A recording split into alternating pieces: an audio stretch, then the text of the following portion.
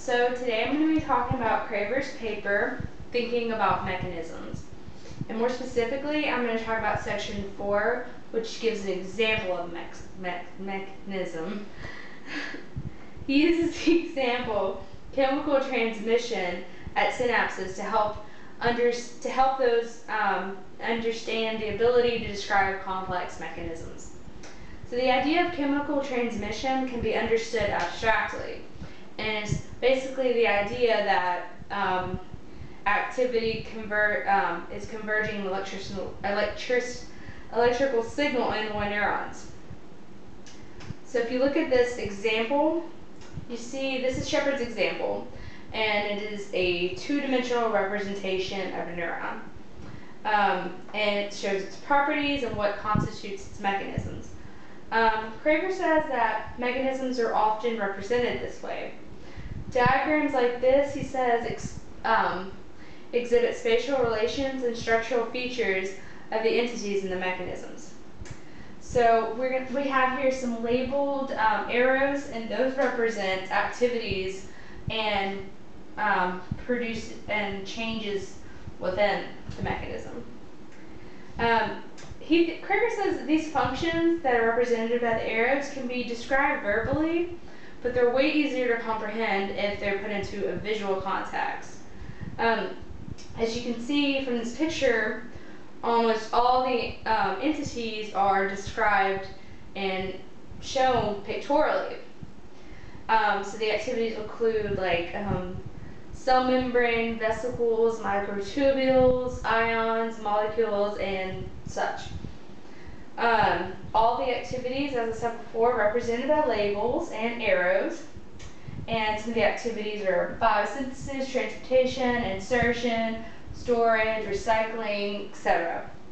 So as you can tell, this diagram is very, very complicated in the sense that it represents so many mechanisms at the synapse. So where do we start? Well, you see, here's number 1, so we can start there, which is the first stage of the mechanism, depolarization. We're going to use this to exhibit the features of mechanisms in detail. So as you all know, neurons are electrically polarized. We know that their resting potential is -70 millivolts.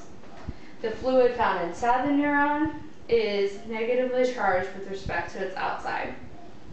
Depolarization is a positive charge in the membrane potential.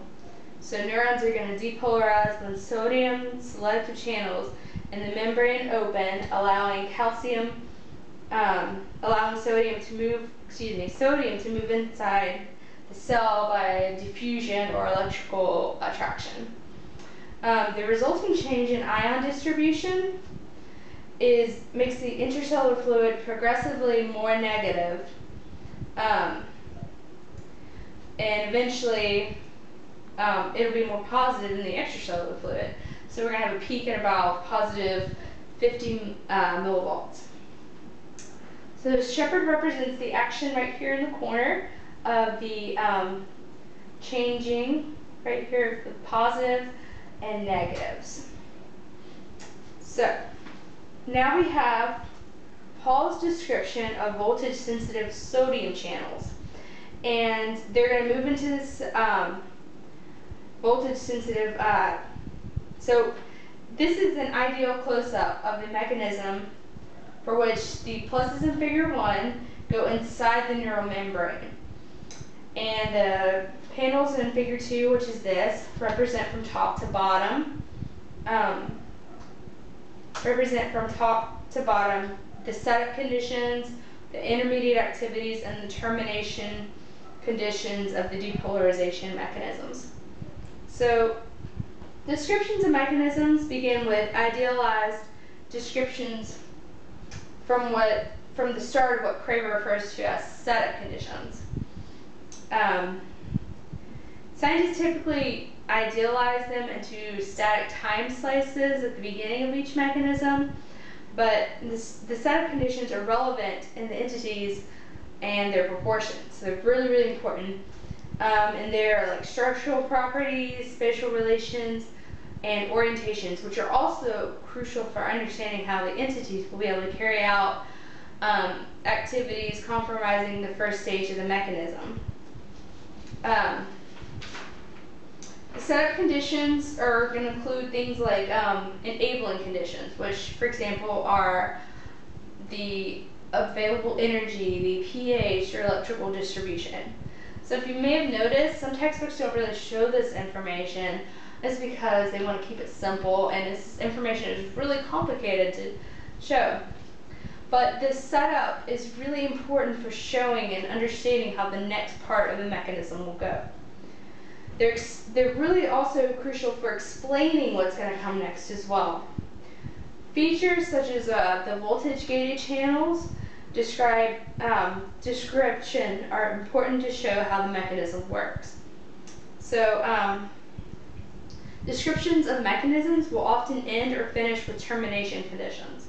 So these termination conditions are idealized states or parameters describing a privileged endpoint such as rest, equilibrium, neutralization of a charge, and represented or activated state elimination of something or production of a product. So the end project of the production of a particular kind of entity or state of affairs that we set out to understand or create. So Kruger says, in the simplest case, the stages of mechanisms are organized linearly, but they may also be orbs, joins, or cycles. Often mechanisms are a continuous process that may be treated for convenience as a series of discrete stages or steps. So if we look again at the depolarization mechanism right here, the activities by which a cell depolarized these are prestige setup conditions. And these intermediate activities are presented in the central panel figure 2. So,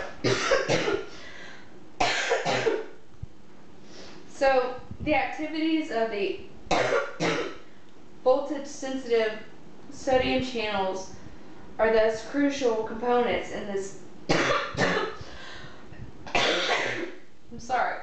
in this depolarization mechanism. And it is through these activities, the entities, how we understand exactly how depolarization occurs. Thank you.